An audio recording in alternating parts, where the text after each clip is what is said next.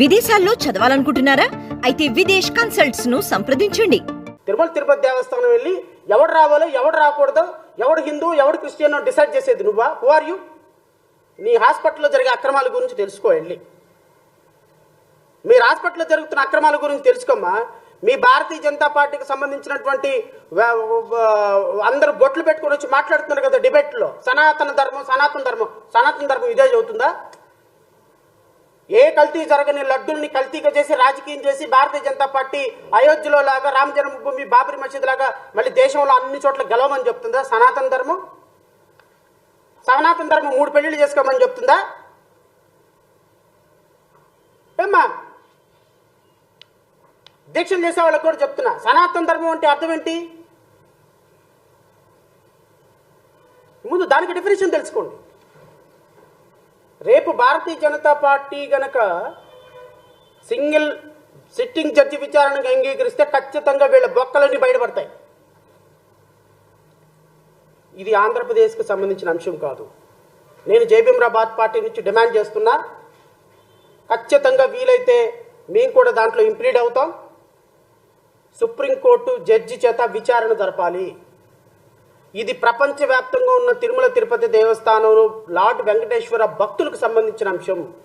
ఒక తిరుమల తిరుపతి దేవస్థానాన్ని ఒక పొలిటికల్ డిబేట్గా, ఒక పొలిటికల్ చర్చా వేదికగా ప్రతిరోజు నేషనల్ మీడియా, స్టేట్ మీడియా దీన్ని ఇంకా లార్డ్ వెంకటేశ్వర అప్రతిష్టని మనం దిగజార్చుకున్నట్టు కాదా సార్? ఒక మాట చెప్పండి. మహారాష్ట్ర నుంచి, కర్ణాటక నుంచి, కాశ్మీర్ నుంచి, బాంబే నుంచి, తిరుమల మన చెన్నై నుంచి, ఉత్తరప్రదేశ్ నుంచి, మధ్యప్రదేశ్ నుంచి, బెంగళూరు నుంచి కోటాను కోట్ల మంది భక్తులు వచ్చేటువంటి తిరుమల తిరుపతి దేవస్థానంలో ఒక రాజకీయపరమైనటువంటి అంశాలకి ఒక బాణం వేసి బౌన్స్ బ్యాక్ అయ్యి ఇప్పుడు లార్డ్ వెంకటేశ్వర అప్రతిష్టగా తీసుకొచ్చినటువంటి మీరు మనుషులేనా అసలు? మన రాష్ట్రంలో ఉన్న ఏకైక ప్రపంచం మెచ్చదగినటువంటి ఒక టెంపుల్, ఆ టెంపుల్తో కూడా మీరు రాజకీయాలు చేస్తున్నారంటే మీరు ఎట్లా మనుషులు సార్? మీరు ఎట్లా బొట్టు పెట్టుకుంటున్నారు సార్? మీరు ఎట్లా పంచలు కట్టుకుంటున్నారు సార్? మీరు ఎట్లా మంత్రాలు లార్డ్ వెంకటేశ్వర సుప్రభాతం చదువుతున్నారు సార్? ఆల్రెడీ 5 సంవత్సరాల క్రితం తిన్నటువంటి లడ్డులో జంతు అవశేషాలు కలిసి నేను ఒక భక్తుడి మనోభావాలు దెబ్బతీయటానికి కూడా సిద్ధపడ్డ మీరు మనిషి జాతికి ఎందుకు వస్తారా? హిందువులు అనేటువంటి వ్యక్తులు మిమ్మల్ని అసలు ఒక మనుషులుగా చూస్తారా? మీ ప్రభుత్వానికి ఓటేసినందుకు చెప్పుతో కొట్టుకోవాలి ఒకళ్ళు. ఇంకా సిగ్గు లేకుండా తిరుమల తిరుపతి దేవస్థానంలో వారాహి యాత్ర అని చెప్పి మీటింగ్ పెడుతున్నావా? పెట్టుకోవయ్యా, నువ్వు ఉప ముఖ్యమంత్రి, వారాహి యాత్ర పెట్టుకో, ఇంకొక యాత్ర పెట్టుకో. దానికి దేవుడికి ప్రసాదానికి కనెక్షన్ ఏంటా? ఇప్పుడు ఎందుకయ్యా తిరుమల తిరుపతి దేవస్థానంలో నువ్వు చేసేది? తిరుపతిలో ఎందుకయ్యా ఇప్పుడు నువ్వు చేసేది? మీటింగ్ పెట్టేది ఎందుకయ్యా ఇప్పుడు నువ్వు కాలినడకను తిరుపతి వెళ్ళేది? అక్కడ ప్రాయశ్చిత్తం చేయడానికి, అక్కడ ప్రక్షాళన చేయడానికి ఏం తప్పు జరిగిందయ్యా? నీలాంటి పాపాత్ముడు వెళ్తేనే ఇంకా అక్కడ అపవిత్రం జరుగుతుంది. నీలాంటి వ్యక్తి తిరుమల తిరుపతి దేవస్థానానికి వెళ్తేనే అపవిత్రం జరుగుతుంది. మీలాంటి అబద్ధాల కోర్లు తిరుమల తిరుపతి దేవస్థానంలో లార్డ్ వెంకటేశ్వరుడు కూడా రాజకీయాలు కూడా మీలాంటి దుష్టుల వల్ల అక్కడ అపవిత్రం జరుగుతుంది. ఆ చంద్రబాబు నాయుడు, నారా లోకేష్ మీరలా మాకండి. మీరు వెళ్ళకపోతే తిరుమల తిరుపతి దేవస్థానం చక్కగా ఉంటుంది. ఇంకో మాట అన్నాడు, ఇది రాజకీయాలు వాడుతున్నారని. మీరు ఏం ప్రభుత్వం పగలు తీస్తో నేను చూస్తా. రేపొద్దున తిరుమల తిరుపతి దేవస్థానం ట్రస్ట్కి ఏ వ్యక్తులను నియమిస్తారో మేము చూస్తాం. ట్రస్ట్ బోర్డు మెంబర్లుగా రాజకీయాలకు అతీతంగా లేని వ్యక్తులను ఎవరిని ఎంపైక్ చేస్తారో నేను చూస్తా. మీకు 24 గంటలు మీ సినిమా మీ రాజకీయ ప్రయోజనాలన్నిటికీ అనుగుణంగా పనిచేసే ఒక TV5 ఛానల్ ఉంది కాబట్టి ఆయనకి చైర్మన్ ఇచ్చేద్దాం. మీరు మీ కేసులన్నింటినీ కూడా మేనేజ్ చేస్తున్నాడు కాబట్టి ఎన్వి రమణానికి ఇంకోటికి ఇచ్చేద్దాం. లేకపోతే తిరుమల తిరుపతి దేవస్థానం ట్రస్ట్ బోర్డు మెంబర్గా మీ సినిమా యాక్టర్ని ఇచ్చేద్దాం. మీకు 100 కోట్లు ఖర్చు పెట్టిన మీ వారాయాత్రకు డబ్బులు ఖర్చు పెట్టిన వాడిని ఇచ్చేద్దాం. లేకపోతే మీ చంద్రబాబు నాయుడు యువగళం పాదయాత్రకు ఖర్చు పెట్టిన వాడికి డబ్బులు ట్రస్ట్ బోర్డు మెంబర్ ఇద్దాం. ఇలాంటి పిచ్చి వేషాలు వేస్తే భక్తులందరూ చెప్పు తీసుకొని కొడతారు మిమ్మల్ని. తిరుమల తిరుపతి దేవస్థానం ప్రక్షాళన జరిగే సమయం ఆసన్నమైంది. రాజకీయ నాయకులకి బిజినెస్ మ్యాన్లకి తిరుమల తిరుపతి దేవస్థానం బోర్డులో స్థానం కల్పించకూడదు, నిషేధం. నేను ప్రపోజ్ చేస్తున్నా, ఒక చాగంటిని నియమించండి, ఒక గరికపాటిని నియమించండి, ఒక జనచర్య స్వామిని నియమించండి, ఒక సద్గురుని నియమించండి. ట్రస్ట్ బోర్డు మెంబర్లుగా వాళ్ళని తీసుకొచ్చి పెట్టండి. హిందూ మతం కోసం ప్రచారం చేసి నిజంగా గౌరవంగా గొప్పగా బతుకుతున్న వాళ్ళందరినీ టీడీటీ బోర్డు చైర్మన్గా చేయండి. నేను జయభీమరావు పార్టీ నుంచి డిమాండ్ చేస్తున్నా. మీరు కనుక మళ్ళీ ఈ రాజకీయాలు తీసుకొచ్చి ఇంకొక చైర్మన్, టీ5 చైర్మన్, ఏబిఎన్ చైర్మన్, ఆ చైర్మన్ వాళ్ళు మాకు చంద్రబాబు నాయుడికి మాకు చుట్టాలు పక్కాలు, మా పవన్ కళ్యాణ్ గారికి సినిమా షూటింగ్లకు అసిస్టెంట్ డైరెక్టర్లు పిచ్చి పిచ్చి వాళ్ళని తీసుకొచ్చి అక్కడ నియమిస్తే రేపు తిరుమల తిరుపతి దేవస్థానంలో రిపీట్ అవుతుంది. It's a high time to look for a change. It's a high time for look for a change. Tirumala Tirupati దేవస్థానంలో ప్రతి హిందూ డిమాండ్ చేయమని నేను కోరుతున్నా. ప్రతి లార్డ్ వెంకటేశ్వరుని పూజించే ప్రతి భక్తుడిని కోరుతున్నా. రాజకీయ నాయకులకి తావు ఉండకూడదు. టీటీడీలో ఎవడు అసలు బిజినెస్ మ్యాన్ అనేవాడే రాకూడదు.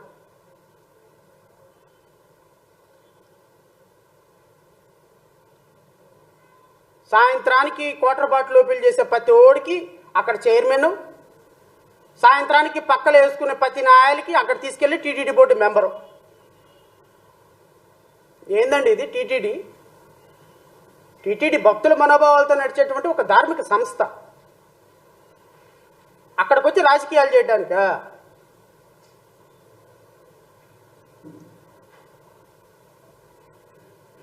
ఇంత జరిగిన తర్వాత కూడా తిరుమల తిరుపతి దేవస్థానంలో ఇలాంటి వ్యక్తులకు స్థానం కల్పించకూడదు అని నేను డిమాండ్ చేస్తున్నా. కల్పిస్తే ఖచ్చితంగా హిందూ భక్తులు చూసుకుంటారు. నెంబర్ 2, రేపు హానరబుల్ సుప్రీంకోర్టులో ఖచ్చితంగా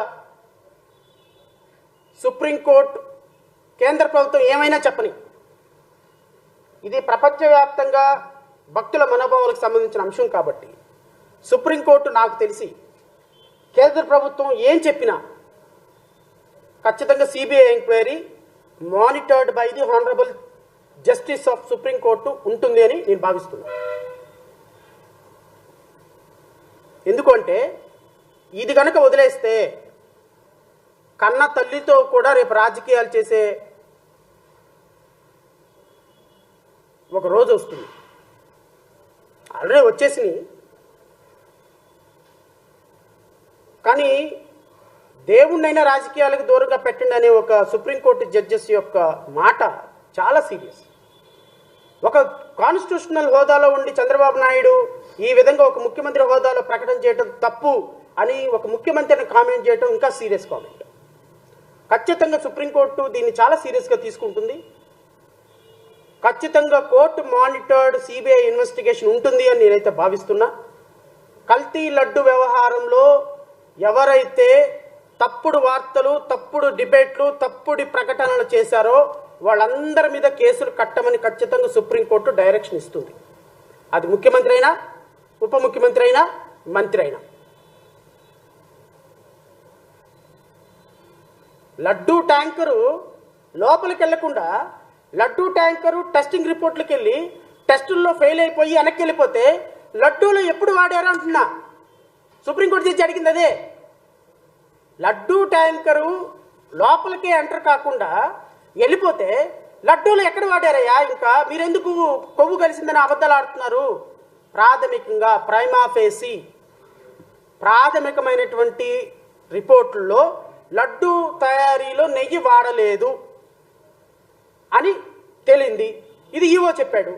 మరి చంద్రబాబు నాయుడు ఎవరు చెప్పడానికి వాడారని ఆయన వెళ్ళి ఏమైనా కలిపాడా? లడ్డూల్లో నెయ్యి కలిపాడా ఆయన? పవన్ కళ్యాణ్ వెళ్ళి ఏమన్నా గరిటె పెట్టి తిప్పాడా? కాదు కదా. సుప్రీంకోర్టు అదే అడిగింది. మరి రేపొద్దున the great lawyer Chandrababu Naidu గారిని బయటకు తీసుకొచ్చిన 53 రోజుల తర్వాత గ్రేట్ లాయర్ లోత్రా గారు ఏం చెబుతారో విందాం. రేపు మరి నా పవన్ కళ్యాణ్ గారు దీక్ష చేయడానికి వెళ్ళారు తిరుమల తిరుపతి దేవస్థానంలో. ఆయన ఏం స్పీచ్ ఇస్తాడో విందాం. సుప్రీంకోర్టు చెప్పినప్పటికీ కూడా లడ్డూలో కలిసింది, నెయ్యి అవశేషాలు కలిసినాయి, జంతు కొవ్వులు కలిసింది కాబట్టి ఎవడేమనుకున్నా కలిసిందంతే, ఇంకా నేను ఇక్కడ దీక్ష చేస్తాను అన్నాడు అనుకో, నీ కర్మ, మేమేం చేయగలిగింది. సుప్రీంకోర్టు చెప్పినా నేనేనో కలిసింది అంతే, హిందూ ధర్మం అంతే, సనాతన ధర్మం అంతే, నేను దీక్ష చేస్తా అంతే, నేను ప్రాయశ్చిత్త దీక్ష చేస్తా అంతే, నేను కిరసనాలు పోసుకుంటా అంతే, నేను అగ్గిపొలు తీసుకుంటా అంతే, నా ఇష్టం అన్నాడు అనుకో, అందమైన సినిమా 3 గంటల సినిమా చక్కగా చూడండి. ప్రజలు. మళ్ళీ మళ్ళీ అలాంటి సినిమా రాదు. రియల్ సినిమా అది. డైరెక్టర్, స్క్రిప్ట్ రైటర్ ఉండడు, కెమెరామ్యాన్ ఉండడు, ఎవరు ఉండరు. అద్భుతమైన స్క్రిప్ట్ పండిస్తాడు. ఆ స్క్రిప్ట్లో ఆ డైలాగులు కూడా అద్భుతంగా వస్తాయి. డైలాగు, కథ, స్క్రీన్ ప్లే, యాక్షన్, డైరెక్షన్ మొత్తం పవన్ కళ్యాణ్ గారే. ఒక మంచి సినిమా. రేపు తిరుమల తిరుపతి దేవస్థానంలో సనాతన ధర్మం అనేటువంటి ఒక సినిమాని ప్లే చేయడానికి గౌరవ పవన్ కళ్యాణ్ గారు వెళ్ళారు. సినిమా అంతా చూడండి, చక్కగా ప్రజలందరూ ఎంజాయ్ చేయండి. ఆనరబుల్ సుప్రీంకోర్టు మాత్రం మీ తాట తీస్తుంది, కంగారు పడద్దు. లార్డ్ వెంకటేశ్వరరావుతో ప్రకృతితో చిత్రులాడితే క్షమించదు, చరిత్ర క్షమించదు, ప్రజలు క్షమించరు. కాబట్టి మీ అందరూ ఇలాంటి వ్యక్తులకి ఓటు వేసే ముందు ఒకసారి ఆలోచించుకోమని ప్రజలను కోరుతున్నాను. ఒకళ్ళు ఓటేసారు, అయిపోయింది, అనర్థం జరిగిపోయింది. కానీ ఇలాంటి వ్యక్తులు రాజకీయాలకి దేవుళ్ళని మన సెంటిమెంట్లను వాడితే రేపొద్దున మంచి ఏందో చెడేందో తెలుసుకోలేని పరిస్థితుల్లో ఉంటాం మనం. నిజంగా తప్పు జరిగిందా శిక్షించండి. నిజంగా తప్పు జరిగిందా మేము కూడా వస్తాం.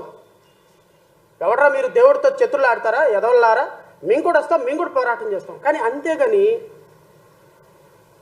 మీరు శిక్షించగలిగిన అధికారంలో ఉండి ఇలా ఊరికే ప్రకాశం బ్యారేజీని పడగొడతాను అన్నది ఎంత దేశద్రోహమో తెలుసా? అది లైఫ్ ఉరిశిక్ష పడేటువంటి దేశద్రోహం. ఎఫ్ఐఆర్ కట్టారా? సో ప్రజలందరూ తేల్చుకోవాలి, ప్రజలందరూ ఆలోచించుకోవాలి. ఇలాంటి ఒక అనాలోచితమైనటువంటి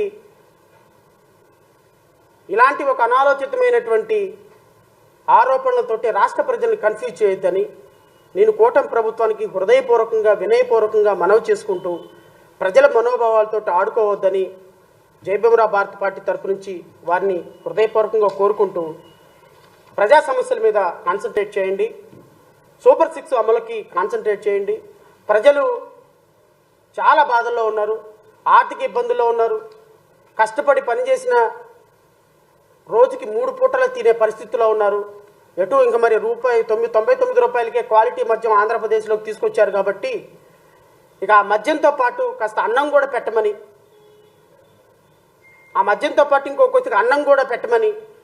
అసలు నిన్న కొల్లు రవీంద్ర మొహంలో ఆనందం చూస్తే ఆ మద్యం పాలసీని రిలీజ్ చేసేటప్పుడు వాళ్ళు ఇంటికో ఉద్యోగం, అందరు కోటీశ్వరులు అయిపోయినట్టుగా ₹99 మద్యం అని ప్రకటన చేస్తుంటే నవ్వాలో, ఏడవాలో, తల బాదుకోవాలో ఏమీ అర్థం కావడంలో మన ఆంధ్రప్రదేశ్ రాష్ట్రానికి ఒక ఏదో 100 కంపెనీలు వచ్చి ₹1,00,000 కోట్ల పెట్టుబడులు వచ్చినట్టుగా ఆంధ్రప్రదేశ్ కొత్త మద్యం పాలసీ నేడే చూడండి ₹99 క్వాలిటీ మద్యం అని. ఎంతమంది అంటే ఎన్ని టెండర్లైనా వేసుకోవచ్చు అంట, ఎన్ని టెండర్లైనా, అన్లిమిటెడ్ టెండర్స్ అంట. ₹99 క్వాలిటీ మద్యం అంట. మీ 100 రోజుల పరిపాలన ఇదిగో ఇట్ట ముగిసిపోతుంది. థ్యాంక్ యూ సో మచ్ మిత్రులందరికీ. ఎవరైనా ప్రశ్నలు అడగాలనుకుంటే యు ఆర్ వెల్కమ్.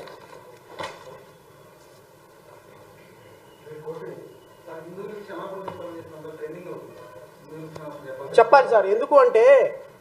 ఎందుకంటే సార్ ప్రాయశ్చిత్త దీక్ష చేయటంలో కూడా అర్థం అదే అని నేను అనుకుంటున్నా.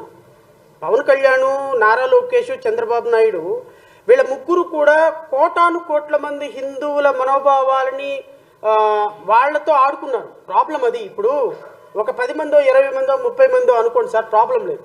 ఇప్పుడు నేను తిరుమల తిరుపతి దేవస్థానంకి ఒక 5 సార్లు వెళ్ళుంటా 5 సంవత్సరాల్లో. నేను నా 5 సార్లు వెళ్ళిన సందర్భంలో నేను తిరుమల లడ్డు తిన్నా. నా దగ్గరికి ఎవరు క్లయింట్లు వచ్చినా తిరుపతి నుంచి ఖచ్చితంగా లడ్డు తీసుకొస్తారు, లడ్డు ఇస్తారు. నేను కూడా షూ ఇప్పుతాను, చెయ్యి పెడతాను, తీసుకుంటాను, తింటాను. చాలా గొప్పగా ఫీల్ అవుతా, చాలా పవిత్రంగా ఫీల్ అవుతా. ఇప్పుడు నేను తిన్న దాంట్లో పందికొవ్వు ఉంది అని చెప్పేసి ఎవరైనా అన్నారు అనుకోండి, సరే నేను ఎంత సెన్సిటివ్గా ఫీల్ అయినా కొంతమంది పరమ పవిత్రమైనటువంటి హిందువులు ఉంటారు, బ్రాహ్మిన్స్ ఉంటారు. వాళ్ళు నాన్ వెజ్ తినరు. నేను నాన్ వెజ్ తినేవాడిని కాబట్టి సరేలే అని నేను ఏదో అనుకుంటా. నాన్ వెజ్ తిన్నోళ్ళు పరమ పవిత్రంగా ఉంటారు. వాళ్ళ సెంటిమెంట్ ఏమవుద్ది? చెప్పింది ఎవరు? సాధారణమైన వ్యక్తి కాదు సార్. చెప్పింది ఒక ముఖ్యమంత్రి. ఒక ముఖ్యమంత్రి ఆధారం లేకుండా చెప్పి తూచ్ అంటే ఈరోజు కుదురుతుందా? అది తేలాలి. ముఖ్యమంత్రి అయినా క్షమాపణ చెప్పాలి. నేను తప్పుడు మాట మాట్లాడాను రాజకీయం కోసమని ముఖ్యమంత్రి క్షమాపణ చెప్పాలి. లేదా సిబిఐ ఇన్వెస్టిగేషన్లో అసలు అవశేషాలు ఏమీ లేవండి, ఇవి ముఖ్యమంత్రి కేవలం ప్రచారం కోసం చెప్పాడని సిబిఐ అయినా క్లీన్ చిట్ ఇవ్వాలి, ముఖ్యమంత్రి అయినా అబద్ధం అని చెప్పాలి. లేదు తిన్నాము, తినింది ఇంకోసారి జరగకుండా దానికి ప్రక్షాళన మార్గం ఏంటో ఆలోచించాలి. ఇది జరిగేంత వరకు ఒకవేళ నేను అనుకుంటున్న ప్రాథమికంగా నాకున్న ఈ రిపోర్టులను బట్టి కలవకపోయినా ముఖ్యమంత్రి అబద్ధం చెప్పాడు. ఇప్పుడు కొన్ని కోట్ల మంది సెంటిమెంట్ దెబ్బతిన్నందుకు ముఖ్యమంత్రి క్షమాపణ చెప్పాలి. దీన్ని పొలిటిసైజ్ చేసినందుకు పవన్ కళ్యాణ్ క్షమాపణ చెప్పాలి. తిరుమల తిరుపతి దేవస్థానంలో స్పష్టమైన ప్రకటన చేసిన నారా లోకేష్ క్షమాపణ చెప్పాలి. వీళ్ళ ముగ్గురు హిందువులకి క్షమాపణ చెప్పి తీరాలి. చెప్పకపోతే లాటి వెంకటేశ్వర వాళ్ళని క్షమించడం. That is my view point.